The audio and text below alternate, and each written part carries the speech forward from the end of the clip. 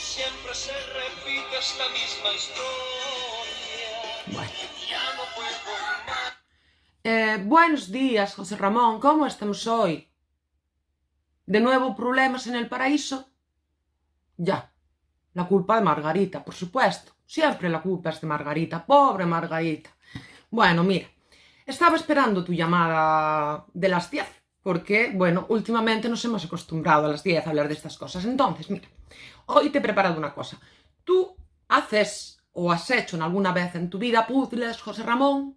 Sí, perfecto. Cuando tenías 3 años, pero nos vale, nos importa. Bueno, te voy a enseñar dos piezas de un puzzle. Mira, aquí está esta y aquí está esta otra, ¿vale?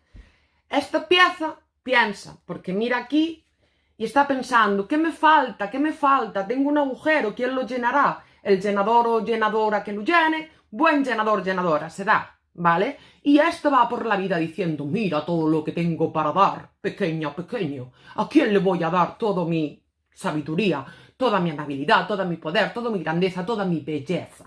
¿Vale? No sé por qué me ha salido ese acento, siempre me pasa, con vosotros y el loco mundo. Bueno, estas dos piezas van por el mundo pensando que algo les sobra, algo les falta, y entonces estas piezas se unen y tenemos esto. ¿Te das cuenta que encajan? Parece que encajan. Y hay un tiempo en que parece que encajan y dicen, ostras, he encontrado mi media naranja, ¿eh? Porque en el loco mundo hay mucho esto de estoy incompleto, me falta mi media naranja. Y se le da mucha importancia. Tenemos que complementarnos, tenemos que complementarnos. ¿Qué ocurre, José Ramón? Que, si te das cuenta, aquí cada uno tiene que sostener la idea de yo soy la pieza verde que sigo teniendo este huequito que lo llena la pieza azul, y no me estoy dando cuenta de que aquí hay algo que dar, algo donde meter, algo donde... Y esta que está muy convencida que es el salvador, salvadora de la pieza verde, está concentrada y creyéndose y sintiéndose, yo te completo, yo te lleno, yo te doy todo lo que tú necesitas. Esto no lo está viendo. ¿Cuál es la opción, José Ramón?